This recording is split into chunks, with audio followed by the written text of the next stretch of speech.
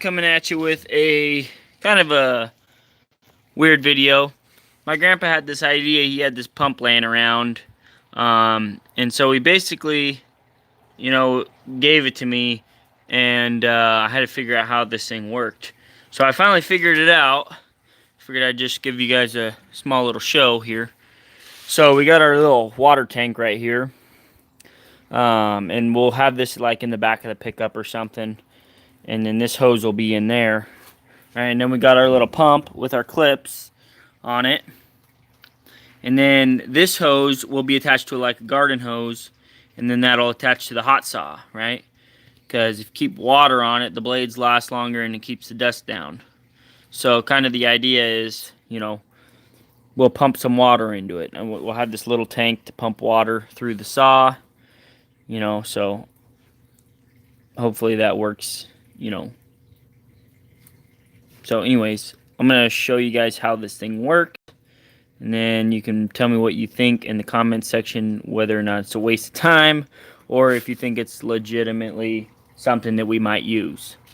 So with the people that I've worked with so far, they have used, basically it's one of those hand sprayers, and they pump it up and they're spraying. One person's spraying while one person's cutting. And so this will kind of eliminate the two people job. It'll just turn it into a one person job if this has enough water flow to, keep the dust down. And so without further ado, I'm going to turn this bad boy on and show you guys how this works. So basically we got a power and a negative wire coming out of here. We got the power wire, which is linked to a switch right here. So as soon as it hits 50 pounds of pressure, then it shuts off. At least that's the idea behind this little switch right here. So we're gonna hook this up. So there must be some sort of leak somewhere. You can see a little bit of water dripping off of here. I don't know if that's why it stays on, but let's see if I can't turn this on. So, I mean, that's pretty good water flow for a hot saw. Right? We got our tank here.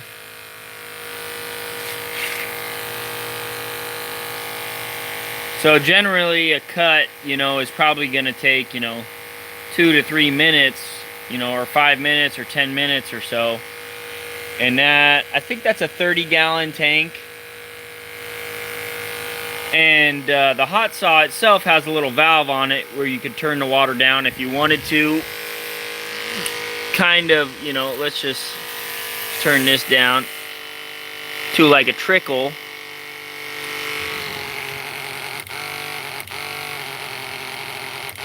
I don't know if that's going to make the switch last very long because it's constantly...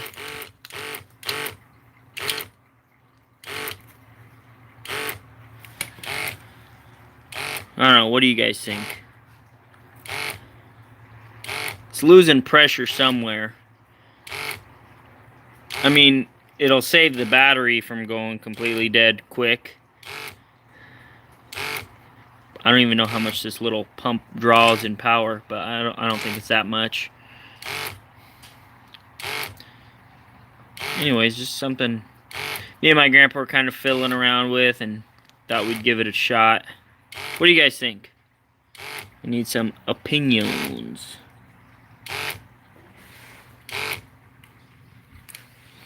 Anyways, what do you guys think? What do you guys think of this pump for the hot saw? Basically, the guys I've worked with, they have this backpack pump sprayer, and one guy's doing this the whole time, and the other guy's spraying, and it just sucks. Like, it hardly keeps the dust down at all. So my grandpa came up with this bright idea to have this tank and use this pump. And the pump wasn't doing anything. Just use a garden hose. Ben, yeah, that'd be great. I mean, except for, where are you going to plug a garden hose into? Cameron, it is, let's see what time it is. 6:22 over here in Washington. Yeah, garden hose is the ideal situation, but there's really no way to pump the water into the saw, you know, because there's no garden hoses to just hook up to. And there might be garden hoses to hook up to. I just, you know, I don't know. 9:22 in Maryland. Did you guys check out that video I posted earlier today? I did a whole bunch of work today. I didn't really do it on video. I kind of should have got it on video, but I was just, you know, the weather was so crappy. It's raining, and you know, that type of stuff. So I didn't get any of it on video. But basically, what I did was I welded my name on all my buckets and on that compactor. Also painted it orange. A little less likely to somebody walk off with it. What's up, Peter? What's up? Not much. Living the dream. Living the dream.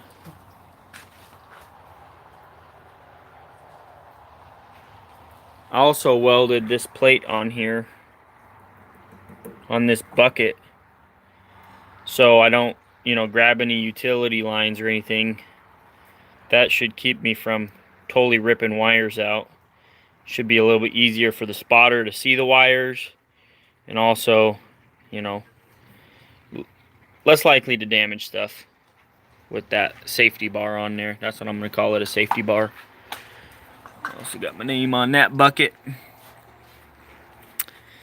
I'm going to start painting everything orange. I also added this hook onto this. It didn't have a hook. And I also added this hook onto this new bucket too, because it didn't have one either. That one already had one. It's just kind of junk because the lever stays up. But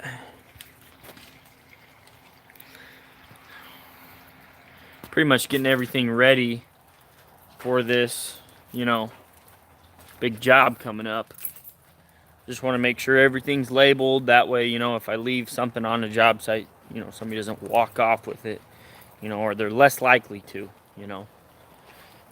Less likely for us to forget something, too. If it's bright orange, you know, it's kind of hard to forget something or leave it or run it over on accident. So I painted painted the rakes, the shovels, sledgehammer, the breaker bar, sign. Painted all those orange. Easier to identify them, you know, if somebody walks off with it, I can say, hey man, that's my shovel. You know, that type of thing. It's pouring down rain over here, guys.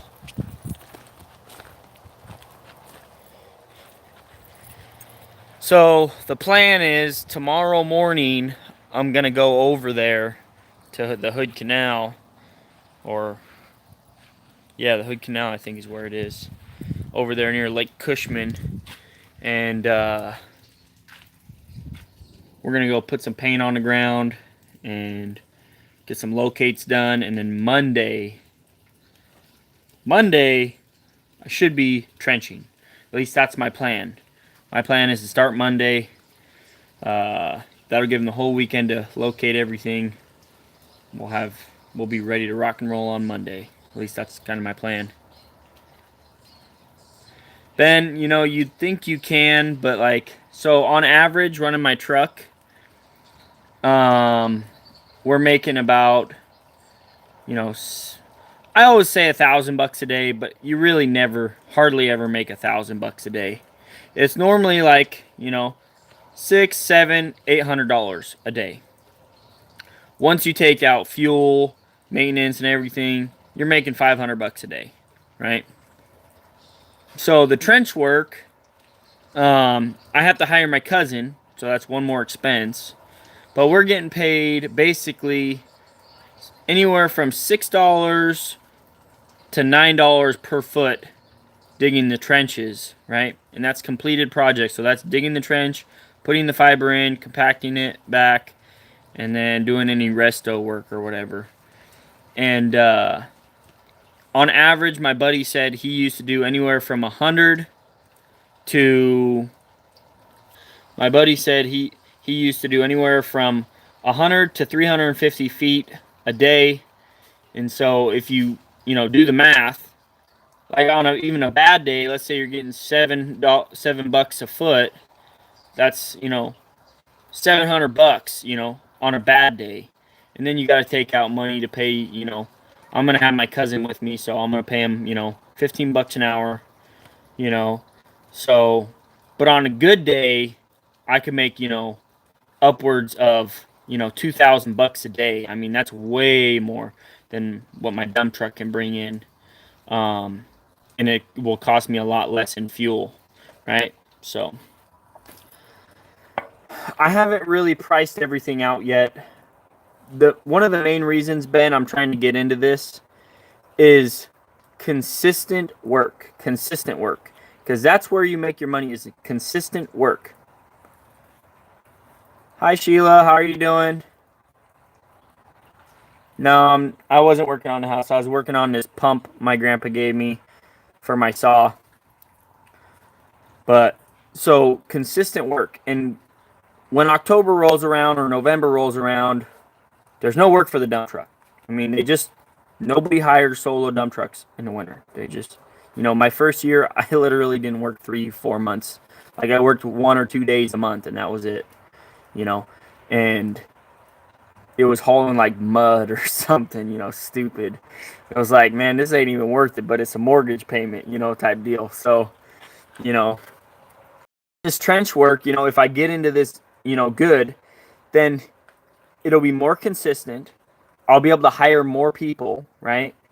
Which means, with consistency, you make more money, you can hire more people, and then you can take on bigger jobs, right? More profits, that type of stuff. So that's kind of where I'm headed.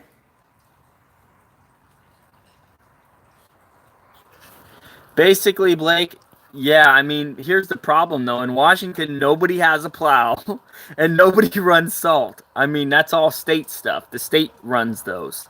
Nobody, I've never seen a dump truck hauling salt before in Washington. At least not on the west side. None of the dump trucks have plows. See, Ben, the excavation doesn't really dry up here as much as it does in other places because the ground doesn't freeze like it does everywhere else. I mean, yes, it gets cold and it does freeze sometimes, but it's not rock solid like, on the East Coast or anything like that. So, I mean, it does slow down, but it's not as slow, basically. The rain is what stops a lot of it, because you don't want your trenches filling up with water and stuff. Yeah, Blake, I mean, the ground there is just rock solid. I mean, you can't dig in it at all. Yeah, Sheila, not everybody can live in Florida, though. I mean, I'm glad I don't live there because those alligators, man. My grandpa was telling me that there was an alligator that climbed a chain link fence. They showed it and, was climbing it up, and his tail was still on the ground when he flopped over on the other side. I mean, that's just insane right there. Those alligators. They're not really vicious that bad, as long as you keep your distance from them. Yeah, see, I mean, you can still do stuff during the winter. And hurricanes, yeah. No hurricanes in Washington, just a lot of rain, monsoons. Really, Blake? $30 an hour for a truck? Dude, that's insane right there. That's insane. There's no way. I'm making like triple that, quadruple that. How is the housing market over there, though, Sheila? Like, what's like a normal, like 3-bedroom, 2-bath, with like an acre or two? What's something like that run? What? It's probably because they're not that strict over there. No pup trailer. Work life. Not yet.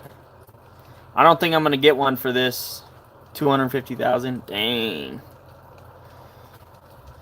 Let's see. So that right here, what I just told you, 3-bedroom, 2-bath, 3 acres or something like that, you're looking at 450 easy.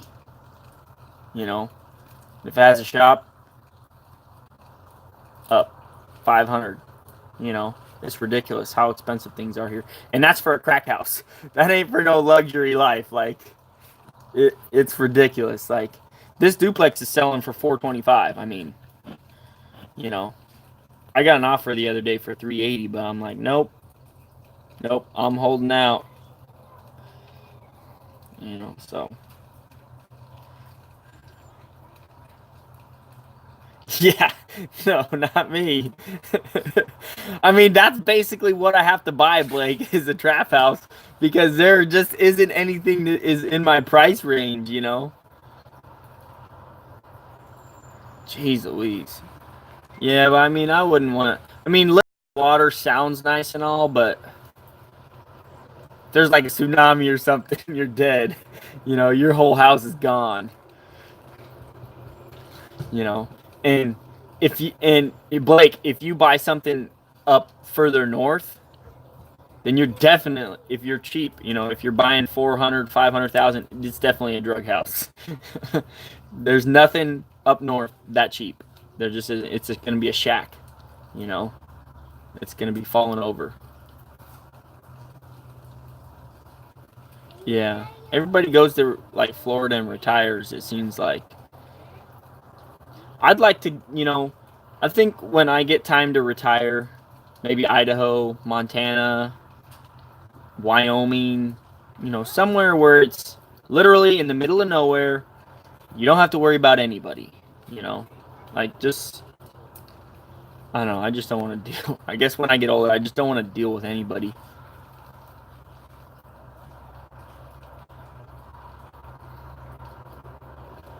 Commercial fishing is hard work.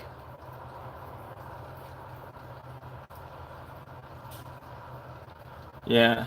Tennessee would be cool. Dave Ramsey lives there, you know, and I have one of my friends, she, you know, like if they were to move, Tennessee would be a cool place. Like every time they go, they're like, man, we don't kind of really want to come back, you know. But, you know.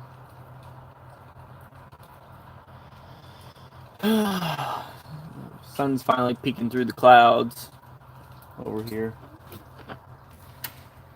Hi, honey. I'm doing a live stream. Is dinner ready? Yes. Alright, guys. I'm going to catch you later. Dinner's ready. Yeah, it's been raining all day, work life. I mean, you can see the water dripping out of the dump truck. Yeah, Mount Rainier is gorgeous, Sheila. I love climbing Mount Rainier. It's just amazing. Sheila, this is my wife, Mackenzie.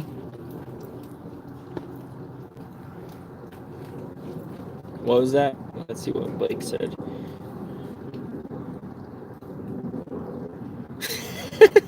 Yeah, Blake, I could, but then there wouldn't be anywhere to park it. They'd charge me $1,000 just to park the thing.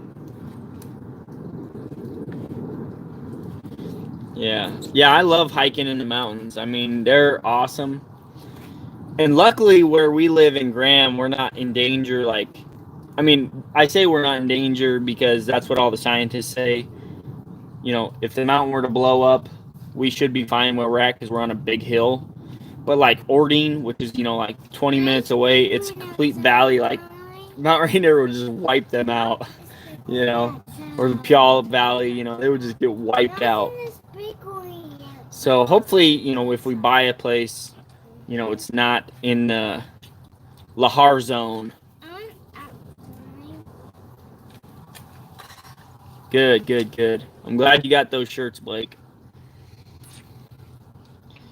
Take a picture of you and your wife, like in front of your dump truck or something. Something cool.